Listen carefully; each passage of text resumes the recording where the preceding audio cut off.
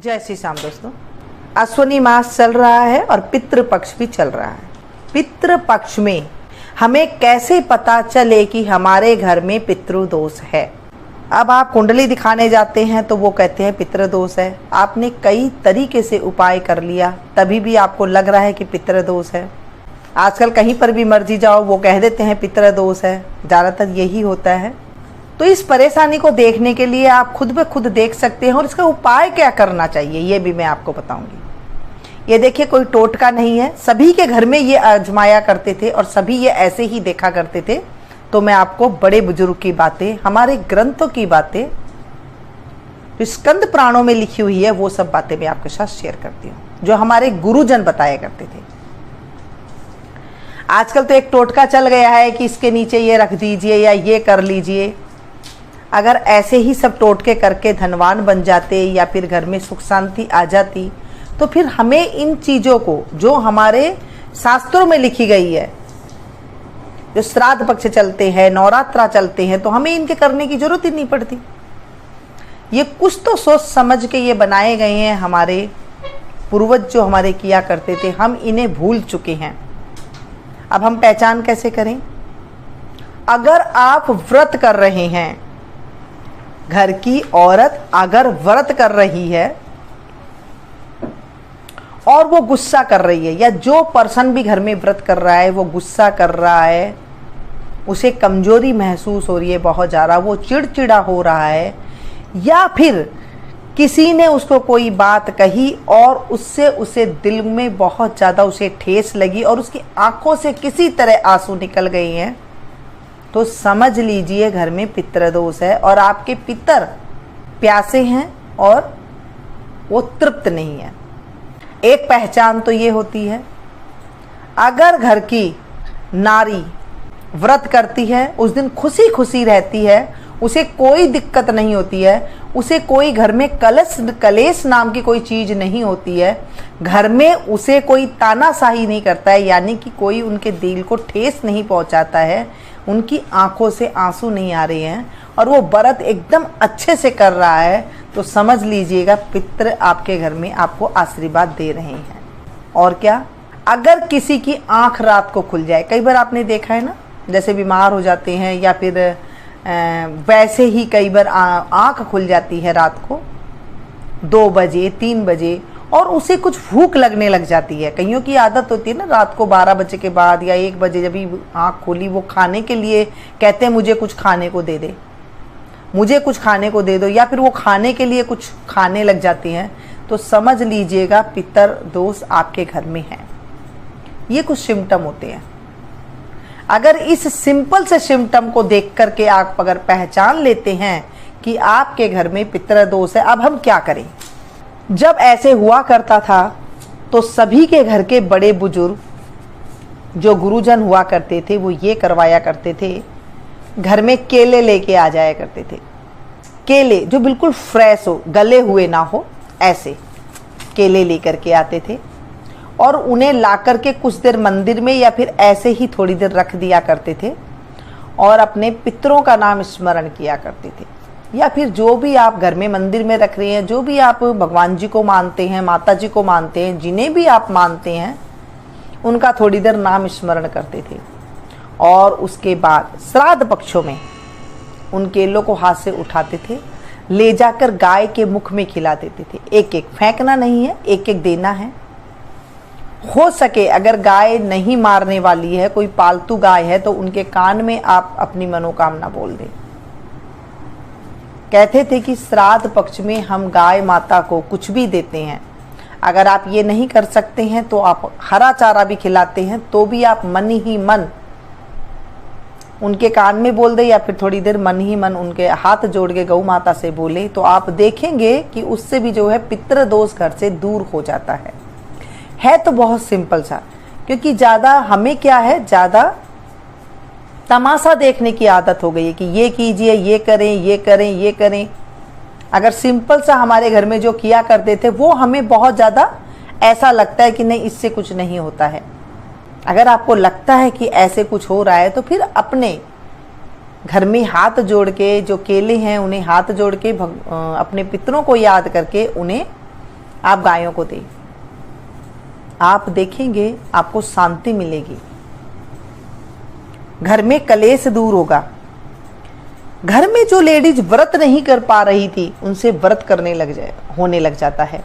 उन्हें घबराहट नहीं होती है, उन्हें चिड़चिड़ापन नहीं होता है, घर में आसानी से व्रत हो जाता है। पहले आपने देखा होगा पंचभिकु का व्रत किया करते थे, चंद्रायण व्रत किया करते थे, और आज भी कई घरों में चंद्रायण व्रत किया जाता है। चंद्रायण व्रत सबसे ज्यादा कष्टकारी होता है। कैसे? एक दिन एक पत्ता तुलसी का खाया, दूसरे दिन 2 पत्ता खाए, तीसरे दिन 3 पत्ता खाया, इस तरह से लेना होता है। जैसे एक दिन आपने 1 चम्मच भोजन खाया, दूसरे दिन 2 चम्मच खाया, तीसरे दिन 3 चम्मच खाया, ऐसे करते करते अमावस्या तक 15 चम्मच खाते हैं। फिर अमावस्या से लेकर के 14 चम्मच, 13 चम्मच, 12 चम्मच, 11 चम्मच, ऐसे कर करके फिर जो पूर्णिमा तिथि आती है वहां पर 1 चम्मच तक आ जाते हैं। कई तरीके से होते हैं, बादाम से होते हैं, 1 बादाम खाया, 2 बादाम खाया, इस तरीके से होते हैं। 1 दिन खाए, 2 दिन खाए, इस तरीके से होता है। ज्यादा भोजन नहीं कर पाते हैं। चंद्रायण व्रत करने वाले को तो अगर हम दर्शन कर लेते हैं तो भी हमारे पाप की निवृत्ति हो जाती है। इतने व्रत किया करते थे और उनके मन में एकदम शांति हुआ करती थी, कोई दिक्कत नहीं हुआ करती थी। तो वहां पर जो है पितृदोष नहीं हुआ करता था। आजकल ज्यादा गलतियां करते हैं, हर चीज में गलतियां करते हैं। सोचते हैं कि हम इधर से देख ले, इधर से पढ़ रहे हैं और वही चीज अजमाना शुरू कर देते हैं, तो उससे दिक्कत आने लग जाती है। जब आप अपने बड़े बुजुर्ग के हिसाब से चलेंगे, आप अपने घर के माता पिता, दादी, नानी, जो आपके घर में जैसे होता है, जब आप वैसे करेंगे तो आपको कोई भी दोष जो होता है वो सारे ठीक होने लग जाते हैं। पितृदोष अगर होता है तो भगवान की कृपा भी नहीं मिलती है, चाहे आप कितने दर भटक लें। जब पितरों की कृपा मिलती है, अपने बड़े बुजुर्ग की कृपा मिलती है, तो वहां पर भगवान भी जो है आशीर्वाद देते हैं और उनकी भी कृपा मिलने लग जाती है। कई सिम्टम होते हैं घरों में, कई सिम्टम से जान जाते थे कि ये घर में सिम्टम है, तो वो ऐसे उपाय कर लिया करते थे। बहुत छोटा सा उपाय है, शाम के टाइम पे घर के आगे दीपक जला देना, पीपल के नीचे दीपक जला देना, घी का, देसी घी का दीपक जला दे। अगर वो नहीं है तो आप सरसों का तेल का भी जला सकते हैं, हाथ जोड़ करके। ऐसे नियम निभाया करते थे। आजकल हम सारी चीजें भूल गए हैं, इन चीजों को छोड़ करके न जाने क्या क्या चीजें हम अपनाने लग गए हैं, और उसके बाद क्वेश्चन करते हैं कि हमारे घर से बीमारियां नहीं जाती है। घर से अगर बीमारी नहीं जा रही है तो सबसे बड़ी पहचान है कि पितृदोष होता है, किसी भी रूप में वो ठीक नहीं हो रही है। तो ये समझ ले हमारे पितरों को मनाने का टाइम है। पितरों की मैंने आपको बताई है कि क्या क्या चीजें नहीं खानी चाहिए। ना बासी भोजन बना के रखना चाहिए, नहीं खाना चाहिए, ना ही किसी को देना चाहिए। यानी कि कोई मांगने वाला आ गया तो उसे ऐसे नहीं कि 1 दिन पुरानी दे दे, ऐसी नहीं देने चाहिए। ताज़ा भोजन बनाएं, ताज़ा खाएं, प्याज लहसुन ना खाएं। अगर आप दारू शराब किसी घर में चलती है तो वो ना पिए। मीट अंडा जो खाते हैं वो ना खाएं। दाढ़ी जेब नाखून ये ना बनवाएं। इन चीज़ों का बहुत ज़्यादा ध्यान रखना होता है।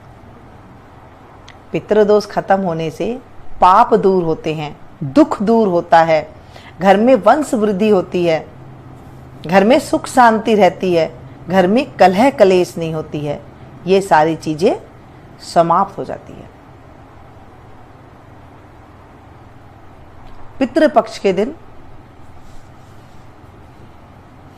जब तक आप ब्राह्मण को भोजन ना खाएं, ब्राह्मण को, तब तक खुद भी नहीं खाना चाहिए।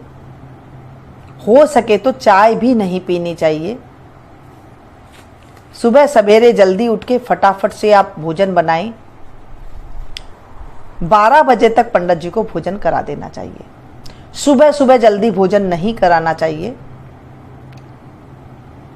जो पितरों का श्राद्ध करते हैं वो थोड़ा सा जब धूप हो जाती है, दोपहर में, मध्याह्न काल में ही माना गया है।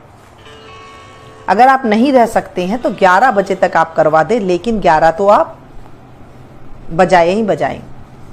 जल्दी ना जमे। कईयों को होता है कि हम 8 बजे जिमा दें, तो वहां पर भी जो है दिक्कत आ जाती है। एक दिन थोड़ा व्रत हो जाता है, इस तरह से आप रह लें।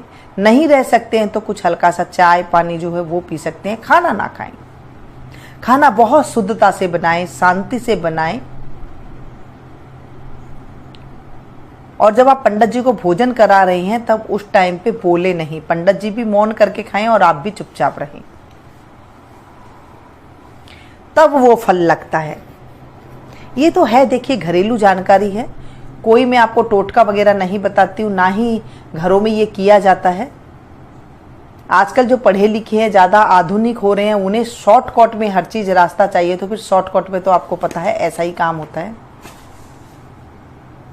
शुद्ध भाव से ये जो 15 दिन होते हैं, 16 दिन होते हैं, ये हमारे साल भर की सुरक्षा के दिन होते हैं।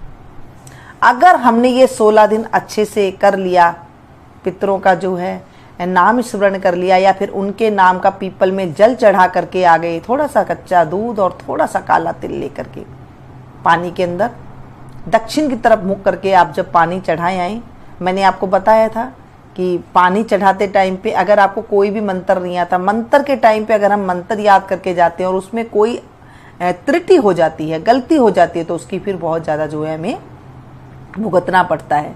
तो सीधा सा ही आप ऐसे बोल सकते, हे पितर देवता, हम आपको जल चढ़ा रहे हैं, ये जल स्वीकार कीजिए। इतना सा सिंपल सा बोलिए और फिर आप देखिए बिल्कुल सही है। जब हम ज़्यादा ताम झाम करते हैं, ज़्यादा कुछ देख देख के सुन सुन के नया नया करते हैं, तो उसमें जो है दिक्कत आ जाती है।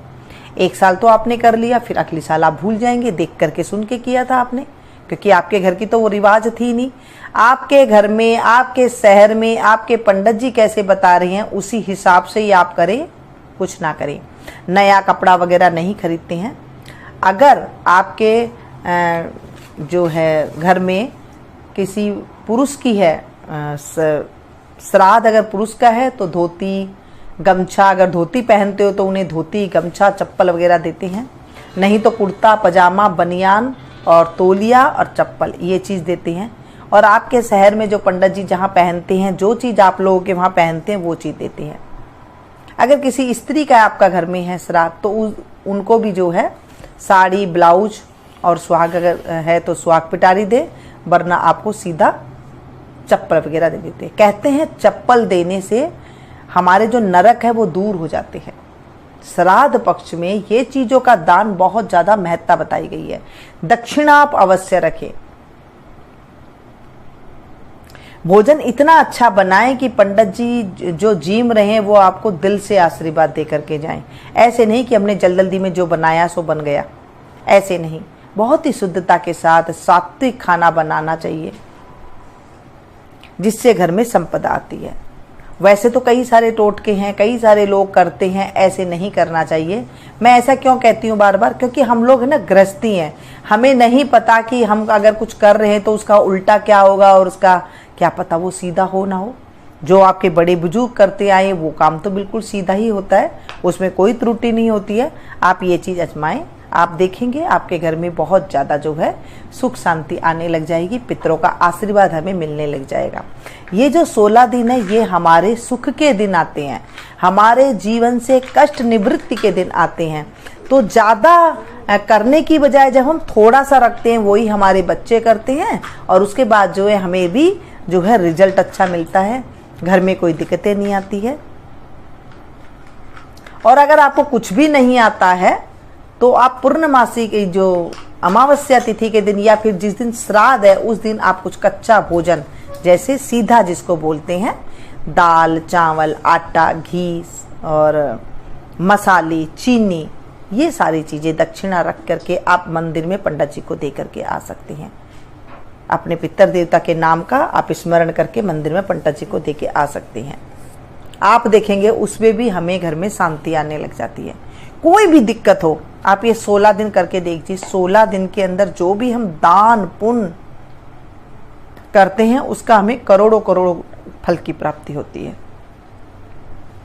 क्योंकि हमारे जो पितर हैं उन्हें जो है नीचे आते हैं धरती में और हमारे घर में भ्रमण करते हैं। अगर घर के अंदर कलेश होता है या फिर घर में कोई लड़ाई झगड़ा होती है तो वो हमें आशीर्वाद नहीं देते हैं और फिर जो है दिक्कतें आने लग जाती है। तो इसलिए इन चीज़ों का आप ध्यान रखें। जब आप श्राद्ध कर रहे हैं उसमें नींबू ना डालें, उड़द की दाल का प्रयोग ना करें, काला तिल का प्रयोग करें, थोड़ा सा 2 दाना आप डाल दें, प्याज लहसुन का प्रयोग ना करें, मसूर की दाल का प्रयोग ना करें, बैंगन गोभी का प्रयोग ना करें। ऐसे कई चीज़ें होती है जिनका प्रयोग नहीं करना चाहिए। जब आप इन चीज़ों का प्रयोग करते हैं तो बहुत ज़्यादा दिक्कत आती है। ये सब पुराणों में लिखी हुई है, गीता प्रेस की किताबें हैं उनमें लिखी हुई है, हमारे गुरुजन है वो बताते हैं। तो आप इन चीज़ों का ध्यान रखिए। अब आपको पता चल गया होगा कि पितृदोष अगर घर में है तो उसका क्या करना चाहिए, कैसे पता करना चाहिए, और अगर हो गया है तो उसे कैसे निवारण करना चाहिए। अगर वीडियो पसंद आ रही है तो आप प्लीज़ एक लाइक ज़रूर दें। अगर ऐसी नई नई वीडियो और देखना चाहते हैं तो मेरे चैनल को अगर आपने अभी तक सब्सक्राइब नहीं किया है तो प्लीज़ कर लीजिएगा। पास में जो बेल आइकन है उसे ज़रूर प्रेस कीजिएगा, नहीं तो आपको जो वीडियो है वो नहीं मिलेगी और आप मेरी वीडियो को जो है नहीं देख पाएंगे। इसे ज़्यादा से ज़्यादा अपनों के साथ शेयर कीजिएगा ताकि आपको भी इसका फल मिल सके। जानकारी जब हम किसी को सुनाते हैं, कथा सुनाने का फल जितना फल मिलता है, कहते हैं कथा को जो सुनाता है, जो सुनता है और हुंकारा भरता है। मतलब हम कोई भी ज्ञान की चीज़ सुनते हैं, जैसे अभी श्राद्ध पक्ष चल रहे हैं और अभी क्या हम ज्ञान की बातें कर रहे हैं, हम किसी की चुगली नहीं कर रहे हैं, हम ज्ञान की बातें कर रहे हैं और ज्ञान की बातें ही हम शेयर कर रहे हैं, तो हमारे जीवन में शुभता आनी प्रारंभ हो जाएगी। अगर आपके जीवन में कोई भी कष्ट है, आप ऐसा काम करना शुरू कीजिए, आप देखेंगे आपके जीवन में शुभता आने लग जाएगी। यानी कि नौकरी नहीं लग रही है, नौकरी लगने लग जाएगी, प्रमोशन नहीं हो रहा है, प्रमोशन होने लग जाएगा, बच्चा पढ़ाई नहीं कर रहा है, पढ़ाई करने लग जाएगा। अब देखिए, मैं आपको एक बार बताऊं, अगर आपका बच्चा नहीं पढ़ रहा है या फिर पढ़ा नहीं है, उसके पेपर चल रहे हैं और वो अब आपको चिंता हो रही है ये क्या करें, तो आप एक बेलपत्र ले लीजिए और बेलपत्र के अंदर 3 पत्ते होते हैं। बेलपत्र कहीं से कटा हुआ नहीं होना चाहिए। जो बीच वाला बेलपत्र है उसके ऊपर आप थोड़ा सा शहद लगा दीजिए। जो बच्चा पढ़ने वाला है उसके हाथ से मंदिर में शंकर भगवान जी के ऊपर उसे चिपकवा दीजिए। आप देखेंगे बच्चा कैसा भी हो, अगर उसने नहीं भी पढ़ा है तो वो थोड़े से नंबर से पास हो जाएगा। ऐसे भगवान की कृपा होती है।